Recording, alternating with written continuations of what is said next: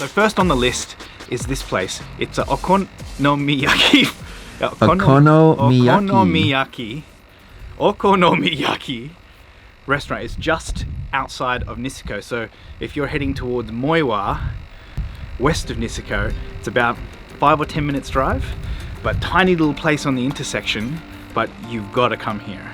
The food is spectacular. If you don't know what okonomiyaki is like a Japanese style pancake, but they load it up with its batter and egg and seaweed and bonito flakes. They are just spectacular. Every table gets their own little hot plate, and they cook the okonomiyaki. They cook it all in the kitchen and then put it straight onto the hot plate in front of you, so it stays warm as you're eating it, and it is just mind-blowing. There's seafood, meat, everything for anyone. Vegetarian, maybe not vegan, but you know, fuck those guys. But this is fantastic, and the prices are amazing too. I think we got 3 different okonomiyaki. I think we got a medanyaki, negiyaki, and a standard okonomiyaki. Inca. Sorry? And an Inca. Inca. No, Inca is the squid, right? Yeah, Ica. Ica. But we had 2 beers each, so 4 beers, and a sake each, and I think altogether it was just over $60 US, so amazing prices. So this is number 1 on our list for our, what are we saying? Top 5 secret spots to eat in Niseko. A must do, especially if you're a foodie. Check it out.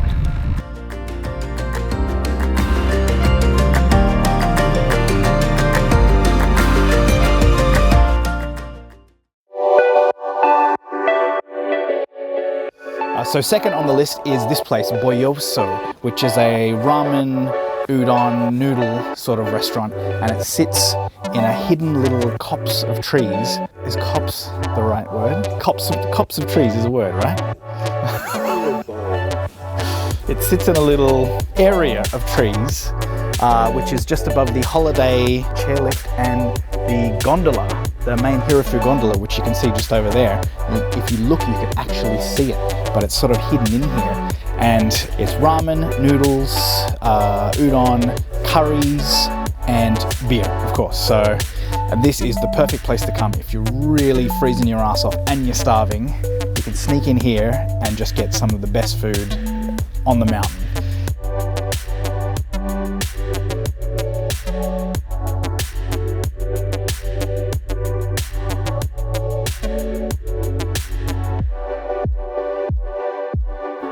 In the middle of the restaurant, it has its own cast iron timber stove, which heats the whole place.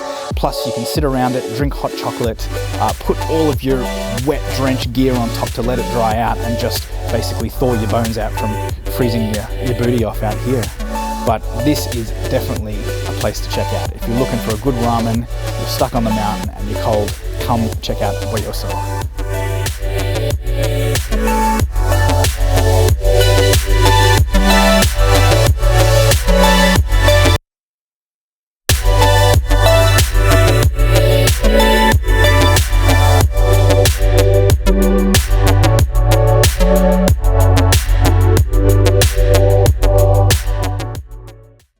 What we do today? Bit of boarding, bit of filming, went and ate some kick-ass ramen.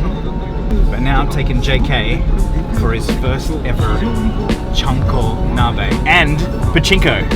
We're gonna play pachinko. Dan's encouraging gambling, just saying. Technically, in Japan, it's not gambling. It's so gambling. According to the Japanese authorities, it's not gambling. But we may make some money. This is Ryogoku. This is a chanko nabe restaurant, which is like a sumo wrestler hot pot. And the owner and the chef in the restaurant is actually an ex-sumo wrestler. And it's amazing. The sushi, the sashimi, the hot pot, there's like, what else do we have? Beef spare ribs. I mean, all the food is so fresh and so delicious. And the chanko nabe is to absolutely die for.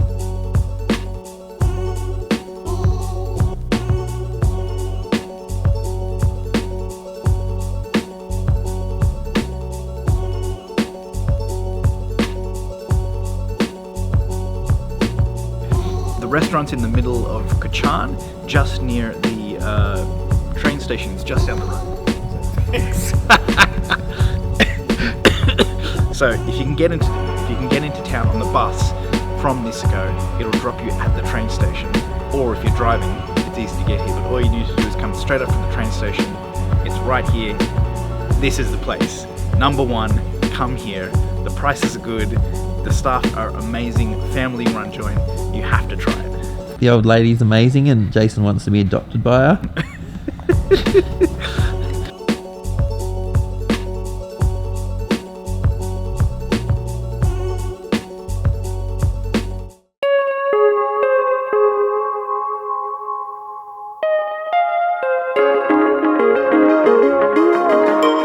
Okay, so number 4 on the list Maybe. is the Niseko food trucks. It's not really a secret place, but I think a lot of people miss this place. You think Niseko, you got to go out to a restaurant or somewhere nice, but the food here is spectacular. We got sandwiches, we got curries, we got pizzas, we got fish and chips. The best place though, I mean, and this is snowboard.com recommended, is the roll pizza. So good. So good. It's fresh made dough. They roll it out. The guy heats it. He's the owner and the chef, and you just cannot beat it. Teriyaki chicken pizza roll. Highly recommended. 5 stars. Snowboard.com 5 stars. You got it right there. This is a must do. And the other good thing is, it's pretty cheap. So you can come here straight off the mountain or straight from wherever you're going to, grab something to eat, grab a beer or 2 beers, and then head out on the town. Obviously, you probably want to rug up if it's snowing this much. As you can tell, this is definitely a spot to check out. Best secret places to eat in Niseko.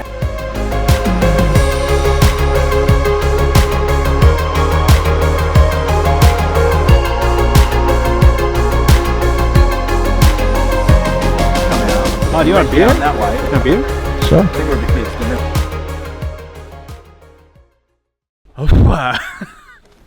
So, we wanted to check out a few of the izakayas around town. Izakaya is like a little bar, but they also serve food, like finger food, yakitoris, and stuff that you can eat.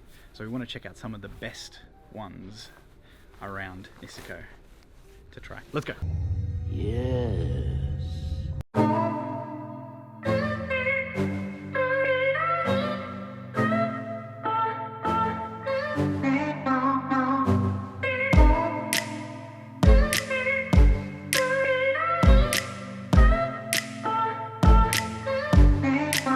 Niseko's izakayas are spotted all around the village. They serve more bar-style food, which means smaller servings, normally for sharing with friends.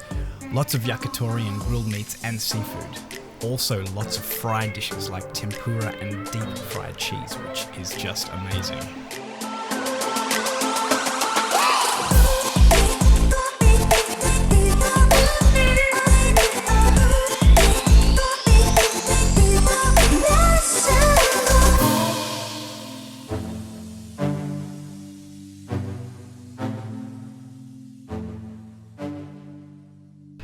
That's look over that way.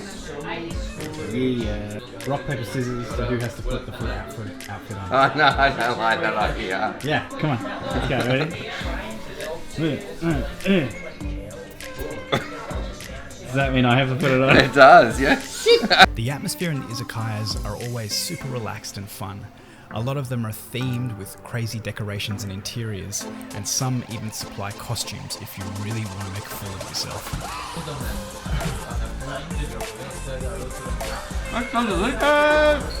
Pretty cool. You want to try that on? Try that out.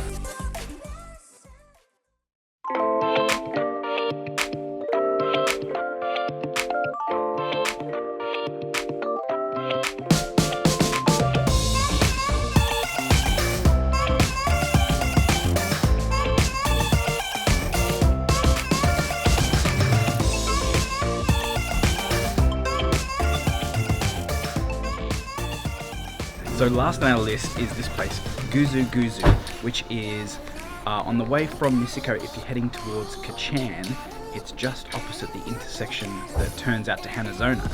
So it's a tiny little bakery cafe sort of thing. It is amazing. I mean, the one thing I'll say is if you're on a diet, don't come to this place because your caloric intake is going to go through the roof. The place is run by a little family, and I mean, they even sell little handmade beanies by the owner's mother in the store, like beanies and handbags and that sort of thing. They do all their cooking in these cast iron skillets, so you can get French toast, and there is savoury options as well, but the star of the menu is the Dutch babies, a Dutch baby which I've never heard of before, but it's a sort of pancake that's fried in the skillet, and then I think they bake it, and then it comes out with different toppings, bananas and caramel and berries, and oh my god, it's just amazing. So what you'll have to do though is this place isn't open for breakfast. It opens at 11 a.m. to 4 p.m. So you've got to come in, you've got to pick your time and get here when you can. So it'll either be a late brunch or a lunchtime thing, which is kind of annoying if you're on the mountain, but it's worth doing. The dates do vary around which days the place is open, so your best option is to drive past. If they're not open, check the dates and come back on those days. It's a bit funny because it's such a small family-run operation. You know, they'll close the doors as soon as the bread sold's out, or close the kitchen down. So you kind of got to be lucky to get in here, but it is worth the effort.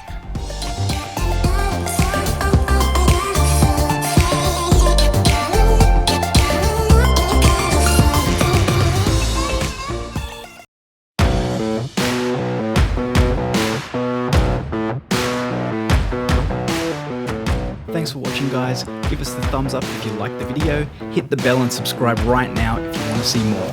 And if you're looking for new gear, head over to the snowboard.com marketplace, where you can shop a huge selection of products for snow, skate, surf, biking, camping and hiking from stores all over the globe, all in one place.